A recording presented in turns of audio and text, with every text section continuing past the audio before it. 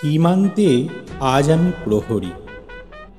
অনেক রক্তাক্ত পথ অতিক্রম করে আজ এখানে এসে থমকে দাঁড়িয়েছি স্বদেশের সীমানায়।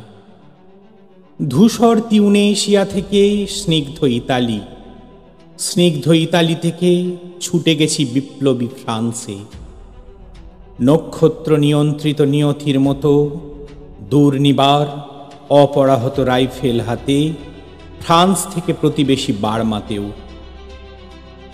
আজ দেহে আমার সৈনিকের কড়া পোশাক, হাতে এখনো দুর্জয় রাইফেল, রক্তে রক্তে তরঙ্গিত জয়ের আর শক্তির দুর্বহ দম্ভ। আজ এখন সীমান্তের প্রহরী আমি। আজ কিন্তু নীল আকাশ আমায় পাঠিয়েছে নিমন্ত্রণ, স্বদেশের হাওয়া বয়ে এনেছে অনুরোধ, চোখের সামনে খুলে ধরেছে সবুজ চিঠি।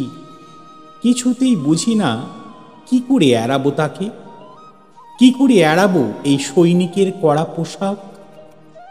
যুদ্ধ শেষ, মাঠে মাঠে প্রসারিত শান্তি, চোখে এসে লাগছে তারই শীতল হাওয়া। প্রতি মুহূর্তে শ্লথ হয়ে আসে হাতের রাইফেল, গা থেকে খসে পড়তে চায় এই কড়া পোশাক। রাতে চাঁদ ওঠে, আমার চোখে ঘুম নেই। তোমাকে ভেবেছি কত দিন, কত শত্রুর পদক্ষেপ শোনার প্রতীক্ষার অবসরে, কত গোলা ফাটার মুহূর্তে, কতবার অবাধ্য হয়েছে মন যুদ্ধ জয়ের ফাঁকে ফাঁকে, কতবার হৃদয় জ্বলেছে অনুশোচনার অঙ্গারে তোমার আর তোমাদের ভাবনায়। তোমাকে ফেলে এসেছি দারিদ্র্যের মধ্যে, ছুঁড়ে দিয়েছি দুর্ভিক্ষের আগুনে। ঝড়ে আর বন্যায়, মারি আর মড়কের দুঃসহ আঘাতে বারবার বিপন্ন হয়েছে তোমাদের অস্তিত্ব। আর আমি ছুটে গেছি এক যুদ্ধক্ষেত্র থেকে আর এক যুদ্ধক্ষেত্রে। জানি না আজও আছো কি নেই। দুর্ভিক্ষে ফাঁকা আর বন্যায় তলিয়ে গেছে কিনা ভিটে, জানি না তাও।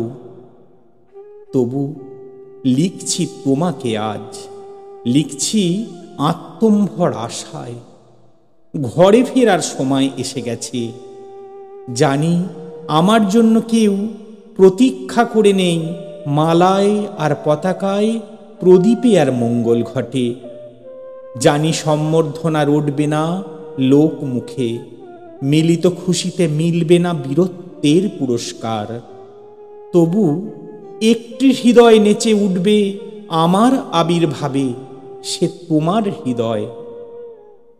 যুদ্ধ চাই না আর, যুদ্ধ তো থেমে গেছে। পদার্পণ করতে চায় না মন ইন্দোনেশিয়ায়। আর সামনে নয়, এবার পিছনে ফেরার পালা।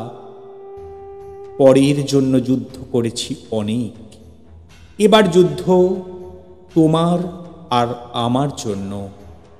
প্রশ্ন করো যদি এত যুদ্ধ করে পেলাম কি, উত্তর তার তিউনেশিয়ায় পেয়েছি জয়, ইতালিতে পেয়েছি জনগণের বন্ধুত্ব, ফ্রান্সে পেয়েছি মুক্তির মন্ত্র, আর নিষ্কণ্টক বার্মায় পেলাম ঘরে ফেরার তাগাদা।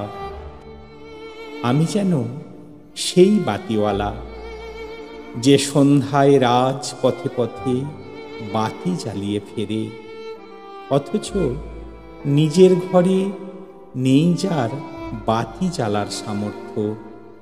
নিজের ঘরেই জমে থাকে দুঃসহ অন্ধকার।